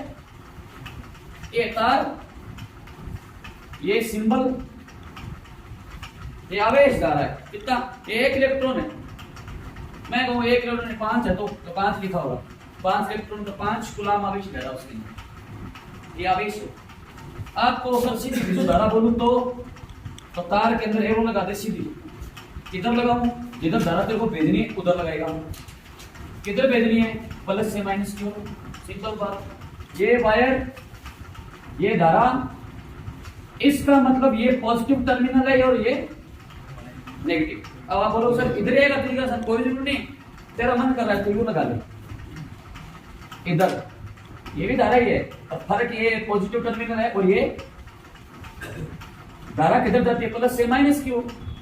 उच्च विभव से निम्न विभव की ओर आवेश बहेगा। वो डिपेंड करता है कि सिंबल उसने लगाया, तो आप खुद समझोगे कि ये पॉजिटिव टर्मिनल है और ये नेगेटिव टर्मिनल है। अच्छा, इसके अलावा 1 नंबर आ गया आवेश, 2 नंबर आ गई धारा, 3 नंबर आया आपके पास आवेश के प्रभावी धारा, बद आ गई। बाधा होगी, ये धारा जा रही थी, बद आएगी तो धारा की उसी नहीं, तब आइए करेगा, इन्हें जाऊं बिन जाऊं इन्हें जाऊं बिन जाऊं, बाधा खत्म, बस जानी पड़ेगी। ये है रेजिस्टेंस, ठीक है, ये बात आएगी जी, धारा है जैसे हो रही है, ओके होगी जा रही। 4 नंबर वोल्ट मीटर, तो अभी बताया मैंने आपको। वोल्ट मीटर का सिंबल होगा डायरेक्ट ये गोले के अंदर V लिखा होगा, इधर से मैं शुरू करूंगा, ये पॉजिटिव ये नेगेटिव टर्मिनल लगा होगा। ऐसे ही आपको सर एमीटर, तो दिक्कत कोई नहीं है, बस सिर्फ चिन्ह बदलेगा। एम्पियर, ये A लिखा होगा, ये पॉजिटिव होगा, ये नेगेटिव होगा। गैल्वेनोमीटर में यहां C लिखा मिल जाएगा, सिंपल बात। और क्या चीजें, और यहां पे आएगा बल्ब, विद्युत बल्ब का सिंबल आए तो ऐसा होगा, इस टाइप से बना। पेपर में आ जाए, निम्न में से कौन सा चिन्ह किसको दर्शाता है, ये तो चिन्ह लिखे होते हैं।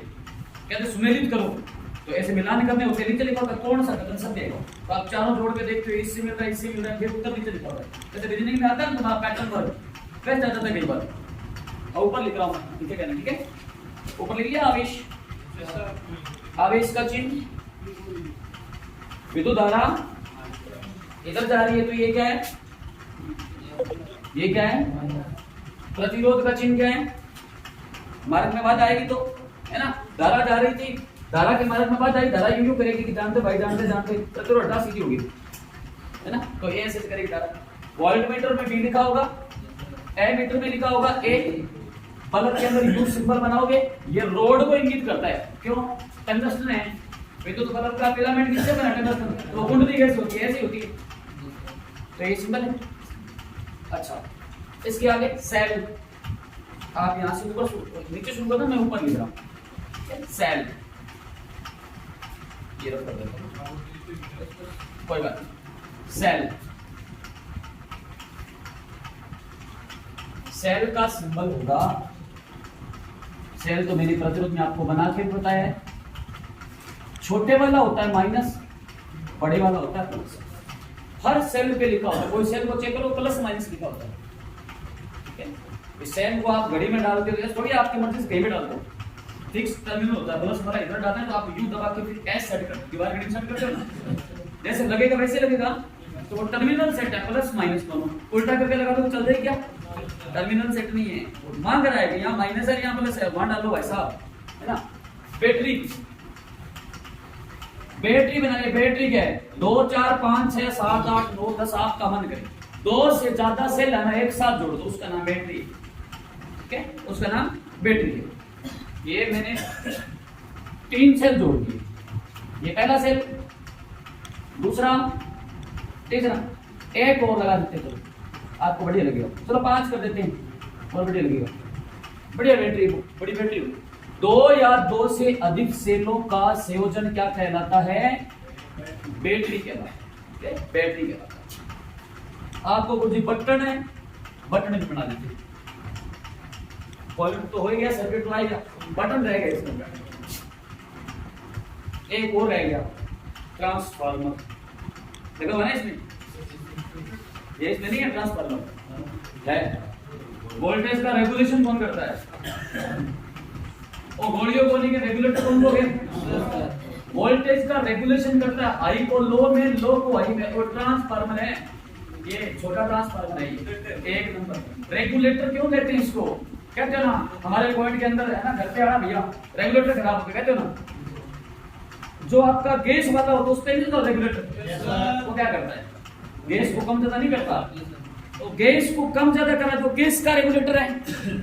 ये वाले भाई साहब क्या कर रहे हैं, वोल्टेज का रेगुलेशन कर रहे हैं।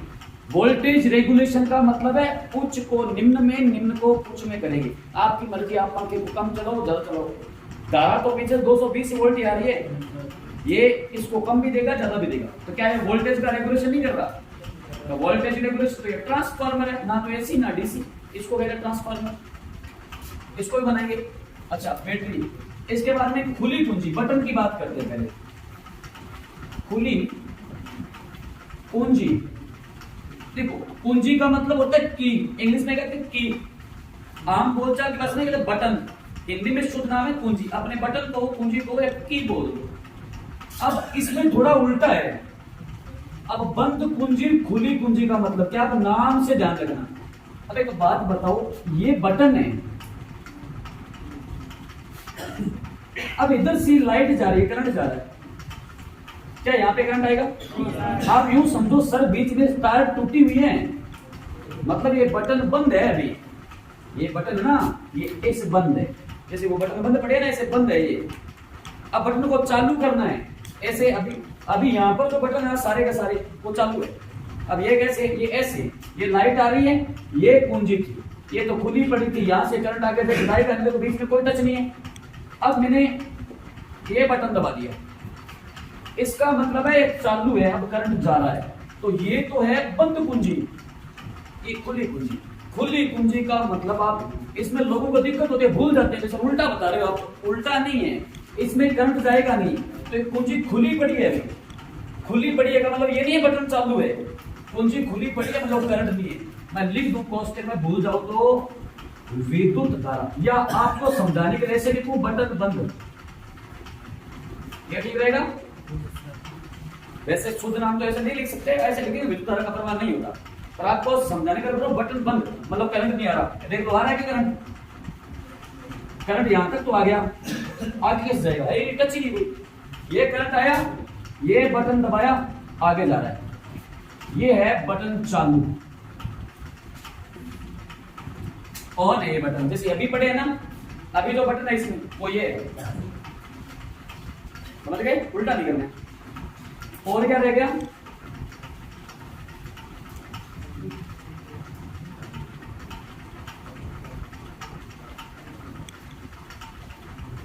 ट्रांसफार्मर, ये क्या करता है?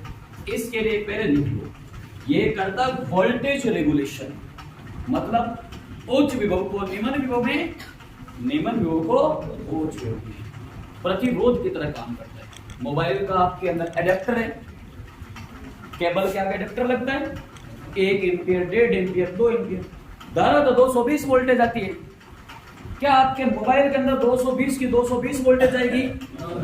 एडेप्टर के अंदर पहले प्रतिरोध लगेंगे, वो धारा को रोकेंगे, जितनी आपके मोबाइल को जरूरत है उतनी आगे जाएगी। वो बात अलग है अगर केबल से धारा आ रही है, अगर वो पानी के संपर्क में इलेक्ट्रॉन ज्यादा मूवमेंट करने लगे तो करंट भी आ सकता है। जैसे कई ये काम करते हो, जैसे बेड के ऊपर आजकल इतना, हम लोग इतने आलसी हो गए, हम तो क्या, मैं खुद को शामिल कर लेता हूँ, जैसे बेड पे ना अपने, जैसे पहले सोचते थे बेड यहाँ सेट करना ना, तो कहते हैं कि यहाँ ना एक पॉइंट यहाँ लगाना है, ताकि मतलब बेड पे से लेटे लेटे ना चार्ज लगा रहे। सही बात है, मैंने भी करवाया घर पे, आराम से चार्ज कर दे, दिक्कत ना आए, लटकाना ना पड़े। अब वहां पे नीचे लगवा देते हैं, पर अगर कई बार वोल्टेज रेगुलेशन ना हो, जरूरी है, कई बार आपने एडेप्टर ऐसा लगा हुआ है ना, स्विच के अंदर सेकंड में चालू छोड़ देते हैं, ऐसे एडेप्टर लगा हुआ बाहर लटक रही है, कई बार फ्री बैठे होते हैं या कोई बच्चा वगैरह आ गया, मुंह में लेते हैं वायर केबल को ऐसे। अगर वोल्टेज रेगुलेशन ना हुआ, 220 की 220 वोल्टेज अगर एडेप्टर में से प्रतिरोध खत्म हो गया ना, तो सारी वायर से आते लोग मर भी जाते हैं। ऐसे आपने स्टोरियां भी सुनी होगी कि 4 दर्जन की तार है जितना पर मुंह में लेने चिपकी उम्र क्यों, है ना, बाथरूम के अंदर गीजर लगा हुआ है ना, आदमी नहा रहा था मर गया, है ना, महिला नहा रही थी मर गई, जोड़ा नहा रहा था मर गया। हंस क्या रहे हो प्राणी, अभी होली पे है न्यूज नहीं पटी, एक जोड़ा नहा रहा था, होली खेल के आए थे, दोनों नहा रहे थे, दोनों मां ही रह गया। कारण क्या था? वो प्राणियों गीजर से तो तुम लोग पानी गर्म कर रहे हो, बटन को बंद नहीं किया, दोनों मां गमा ही रह गया। कारण क्या हुआ? वो पानी गर्म हो रहा था ना, तो आपने गीजर बंद नहीं किया और ऊपर से पानी गिर रहा है। मां कौन होता है, कौन गौर करे वहां? अब ऊपर से पानी तो आ रहा है, अब विद्युत क्या है, जल क्या है, विद्युत का स्विच अलग है, वो गीजर वाला करंट है ना, पानी के साथ भट्टा आगे दोनों भेड़ा हो गया मामा दोनों भट्टी। तो कभी भी नहाओ गीजर वगैरह से ध्यान रखना, जैसे रोड में नहीं होता, तुम रोड से पानी गर्म करते हो, बाल्टी में हाथ डाल के चेक करोगे, पहले रोड बाहर काटो फिर हाथ कर लो। अच्छा रोड लगाई दी तुम हाथ का देख लियो, ठीक है ना, बोरिया सा भट्टी, ठीक है, ये कारण है। तो ये मूर्खताई घर में नहीं बनती, इसलिए कहा जाता है बच्चे वगैरह घर पे होते हैं ना, तो ध्यान रखा करो इन चीजों का। चार्ज लटक रहा है तो बेड के ऊपर कर दो, बच्चे इनको क्या पता बेचारे, वो तो आएंगे तो खेल लेंगे चीजें, मुंह में ले लियो, वो भट्टी धूल को समझ लो ना।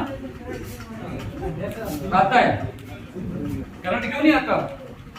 करंट आएगा, एडेप्टर आपके बड़ा मोबाइल का मुझे देना, एक मेरे को देना बेच कर, तो 15 जो प्रतिरोध है ना उनको मैं 3-4 मिनट टच करके छोड़ दूंगा, फिर एडेप्टर लगाऊं, फिर मुंह में ले ली बागी था खेल रही थी बच्चे आ जाएगी।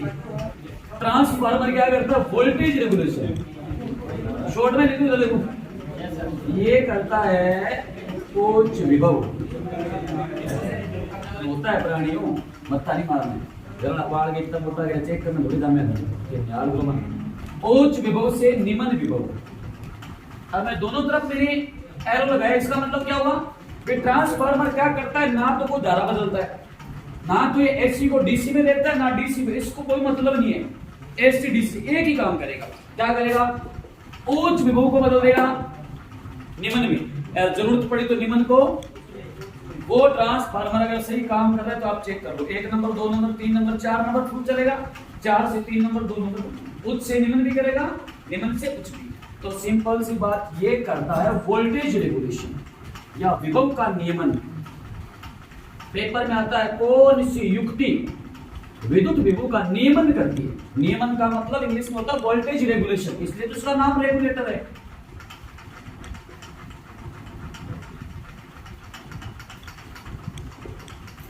वोल्टेज रेगुलेशन या विद्युत विभव का नियमन करता ट्रांसफर, ये थी युक्तियां। कितनी याद है? काफी याद है, बहुत है।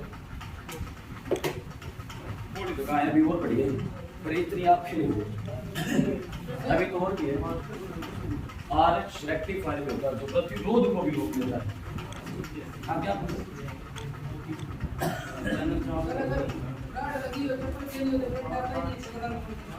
है? रोड लगी हो, ऑन हो, चप्पल पहनी हो, करंट नहीं आएगा। पानी बात की मात्रा दे बैठा है। रोड है क्या? जिम्मेदार तो मैंने कोई दांत छूटे प्रेस हो गया कोई काम कर मत करना। चप्पल क्या है? धातु है। करंट जो आएगा ना, हम अर्थी को बाहर करते अर्थ वाली तार। चप्पल आपने पहनी, करंट क्यों नहीं आता? क्यों अर्थ है ना, वो तार क्यों डालते हैं? जितना करंट आपको आएगा ना उसके अंदर चला जाएगा। अब आप एक चीज नोटिस करना, जो बंदा को चिपका हुआ है उसको अगर आप पकड़ के खींचोगे ना, आपको करंट पहले आएगा। ध्यान रखना, ये आप वो बंदा चिपका हुआ है ना, उसको आप हाथ पकड़ के खींचोगे, वो बच भी जाएगा, आप पहले करोगे। कभी नोटिस करना, डंडे से तभी उसके चप्पल दबेगी, फिर हाथ को लगाओगे। तो नोटिस कर लेना, मन कर रहा है तो लगा के देखना, ठीक है? आएगा आएगा तो क्या है? आएगा, चेक कर लो। तो मेरे तो ठीक है, मेरे पास सोलो भी बैठो, बहुतों को पानी लो, थारो जी के अधिक याद कर ले। चलो आगे बढ़ते हैं। अब बात करते हैं अपनी इसकी, ये तो हो गए चिन्ह, विद्युत धारा संबंधित चिन्ह हो गए सारे सारे। अब बात करते हैं अपने ऊर्जा। कौन बताएगा ऊर्जा क्या चीज है? कार्य करने की क्षमता क्या है? अब यहां से आपसे पेपर में क्या पूछेंगे? ऊर्जा तो आगे आपका टॉपिक है कार्य शक्ति ऊर्जा पूरा, पर यहाँ ऊर्जा मैं इसलिए पढ़ा रहा हूँ क्योंकि पेपर में पूछेंगे कि विद्युत घंटी है वो किस ऊर्जा का रूपांतरण करती है? ट्रांसफार्मर है, कौन सी ऊर्जा का रूपांतरण करेगा? डायनेमो है, जनित्र या जिसको आप कहते हो जनरेटर, वो किस ऊर्जा का रूपांतरण? विद्युत बल्ब है, किस ऊर्जा का रूपांतरण करेगा? टेलीफोन है, वो किस ऊर्जा का रूपांतरण? ये पूछेंगे। ऊर्जा में एक लाइन लिख दो छोटी सी, शांत रह दो रे।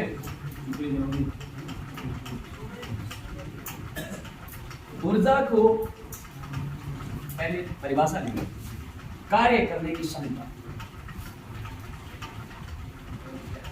यही है, आपने ऊर्जा ज्यादा होगी तो आप कार्य ज्यादा करोगे, ऊर्जा कम होगी कार्य कम करोगे। खाना खाया है बढ़िया तो आप ऊर्जा ज्यादा होगी तो आप आराम से काम कर पाओगे ना। तो कार्य करने की क्षमता क्या कहलाती है? ऊर्जा कहलाती है। कार्य करने की क्षमता ऊर्जा है। ऐसे हारे लोगों को रोड में चप्पल पहन के कार्य करने की क्षमता ऊर्जा कहलाती है। कार्य करने की आवश्यकता।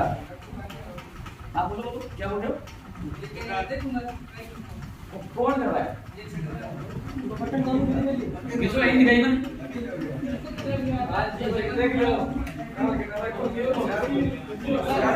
कोई ना YouTube चैनल जिंदाबाद जा सरकार से निकाल दे दूंगा, टेंशन ना ले। फोटो दिखानी है मान तो लगाते आपको दिक्कत होगी। मात्र पर अरे मूर्खता मत करो, तापर थोड़ी होती है, सबको पता है। मजाक करिए। ऊर्जा का मात्र क्या है? सोचो कार्य का मात्र क्या है? जूल है ना। कार्य का मात्रक जब जूल है तो कार्य करने की क्षमता भी क्या है? कार्य करने की क्षमता ऊर्जा है, तो ऊर्जा का मात्रक दिया जूल है। सिंपल सी बात। जब कार्य का मात्रक जूल होता है तो कार्य करने की क्षमता ही तो ऊर्जा है, तो ऊर्जा का मात्रक क्या जूल। अब आपको मैं बोलूं ऊर्जा कैसी राशि है? सदिश के सदिश है कि सदिश? इधर अब ऊर्जा कितने प्रकार के सामान्य?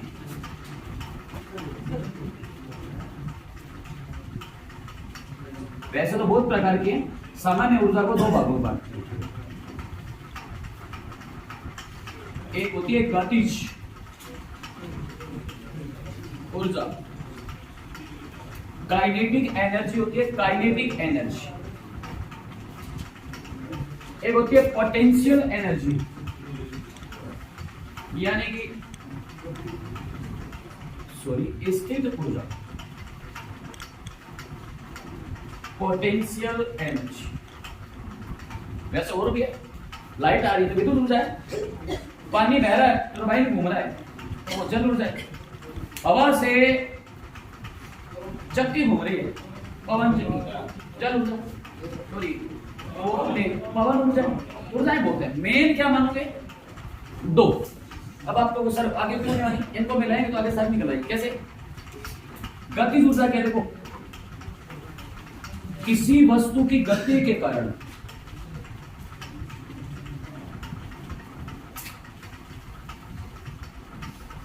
किसी वस्तु की गति के कारण जो ऊर्जा उत्पन्न होगी वो गतिज ऊर्जा है। स्थिति क्या है? तो स्थिति के कारण उत्पन्न होगी वो स्थिति है। किसी वस्तु की स्थिति के कारण, किसी वस्तु की स्थिति के कारण जो कैसे? देखो ये मेरे हाथ में मार्कर है, किस अवस्था में? विराम अवस्था में। इसमें अभी कोई ऊर्जा है? क्यों ऊर्जा है? इसको कुछ द्रव्यमान है, द्रव्यमान तो ऊर्जा है। अभी मेरा हाथ में रुका हुआ, इसमें स्थितिज ऊर्जा है। अभी मैं इसको छोड़ूंगा, अब मेरे हाथ से निकला, जमीन को जब तक इसने टच नहीं किया, मेरे हाथ से छूटा, जमीन को जब तक टच नहीं किया तब तक इसके बीच में गति हो रही। क्यों हो रही थी? गुरुत्वाकर्षण बल खींच रहा है। क्यों खींच रहा है? इस भाई साहब के अंदर कुछ मास है, जिस चीज में द्रव्यमान है उस पर बल लगेगा पक्का फिक्स है। तो ये गति हो रही थी, वो गतिज ऊर्जा है, और रुका हुआ था स्थित ऊर्जा है। जैसे मैं आपको बोलूं कि एक जलाशय के अंदर बांध बनाया है, पानी रोक रखा है आपने बांध बना के, उस पानी में कौन सी ऊर्जा है? उस पानी में स्थितिज ऊर्जा है। आप कहोगे नहीं है, वो बांध तोड़ दो, देख लो ऊर्जा है कि नहीं, वो पानी गति करेगा। खेत में खत मारा आप, बंदो मारा नहीं, वो पानी रुका हुआ है, वो उसकी स्थिति है, पानी की क्या है? विराम अवस्था है, तो उसमें ऊर्जा नहीं है। आपको नहीं, वो तो रुका हुआ है। और वो अगर वहां से बांध टूटा, बड़े को बांध कहते, बांध में ठल के जा बंदो के जा, वो टूटेगा, पानी गति करेगा कि नहीं करेगा? तो रुका हुआ था तो वो इसकी स्थिति ऊर्जा थी, जिससे वो वहां से खत्म हुई, किसमें बदली? गतिज। अब आप बोलोगे सर गतिज ऊर्जा कहते हैं काइनेटिक एनर्जी, इसको कहते हैं पोटेंशियल एनर्जी। अब इसका सूत्र होते हैं, पेपर में पूछेंगे आपको सूत्र लगाना है। अगर आपको पूछे किसी वस्तु गतिज ऊर्जा, वो होती है half mv square, 1/2 mv square. ये तो आप कभी निकालोगे गतिज ऊर्जा, सूत्र लगाओगे, कोई ट्रिक नहीं इसमें, सूत्र है। जैसे ब्याज करते हो वगैरह वगैरह होता है ना, मूलधन गुणा धन गुणा समय बटे 100 ब्याज है, ये सूत्र है। यहाँ भी कोई तरीका नहीं इसका। अगर आपको निकालनी है पोटेंशियल एनर्जी, वो है mgh। तब आप कहोगे समस्या क्या है? m तो होता है किसी वस्तु का मास यानी द्रव्यमान, क्या होता है? v होता है उस वस्तु की वेलोसिटी यानी वेग। जैसे आप कहते हो ना कि कार का वेग है 60 किलोमीटर प्रति घंटा, बस वो भी है।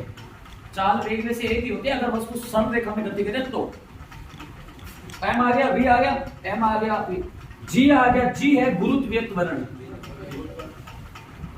गुरुत्वीय त्वरण, गुरुत्वाकर्षण बल का गुरुत्वीय त्वरण पढ़ाऊंगा। द्रव्यमान क्या होता है, वेग क्या होता है, त्वरण क्या होता है, ठीक है। गुरुत्वीय त्वरण इसका मान फिक्स होता है, 9.8 मीटर पर सेकंड स्क्वायर। पेपर में डायरेक्ट क्वेश्चन आता है पृथ्वी के गुरुत्वाकर्षण बल के गुरुत्वाकर्षण का मान कितना है, कैसे आता है वो भी निकाल के बता दूंगा आपको कैसे आता है। मोटा मोटा देखो, h होती है हाइट, ऊंचाई। अब आप बोलो ऊंचाई क्या समस्या है? ये मारकर मैं यहां से फेंक रहा हूं तो डिस्टेंस मायने रखेगी। एक तो मैं यहां से मारकर आपके सर पे छोड़ू, एक आप यहां खड़े हो दीवार के पास, ये 3 मंजिल है या 4 फ्लोर है, ऊपर से 50 ग्राम का एक पत्थर छोड़ूंगा आपको, वो नीचे खड़ा रहना, फर्क पड़ेगा क्या? ऊंचाई बढ़ेगी तो गति भी। ऊपर से 50 ग्राम का पत्थर एक तो यहां से फेंकूं आपके सर पे, एक फेंकूं मैं 1 किलोमीटर ऊंचाई से, ठीक है ना? बहुत खतरनाक लगता है। स्पीड में आप बाइक चलाते हो तो कोई कंकर वगैरह नोटिस किया होगा कभी? छोटा सा लगता है खतरनाक। मच्छर वगैरह भी कई बार बड़े आगे टकराते हैं ना, कहां को लगा, यहाँ लगा दगड़ मारे पटी पट बचे, है ना? तो जब चाल बढ़ेगी तो बढ़ेगा ना, ये सारी चीज ये। अब आपको सर एक और होती है यांत्रिक ऊर्जा। अब मैं क्या करूंगा, इन दोनों को जोड़ूंगा। इतनी बात समझ में आई? ऐड कर दो इनको, किसको? गतिज ऊर्जा और स्थितिज ऊर्जा के योग को कहा जाता है यांत्रिक ऊर्जा। क्या कहा जाता है? पेपर में आता है यांत्रिक ऊर्जा किसे कहते हैं, नीचे लिखा होता है गतिज ऊर्जा तथा स्थितिज ऊर्जा, या डायरेक्ट पूछ लेंगे गतिज ऊर्जा तथा स्थितिज ऊर्जा के संवेदन को या सम्मिलित समूह को क्या कहते हैं? यांत्रिक ऊर्जा। यांत्रिक ऊर्जा किसका समूह होती है? गतिज ऊर्जा तथा स्थितिज ऊर्जा। फॉर्मूला बना लो इसका यांत्रिक ऊर्जा का, क्या बनेगा बताना जरा।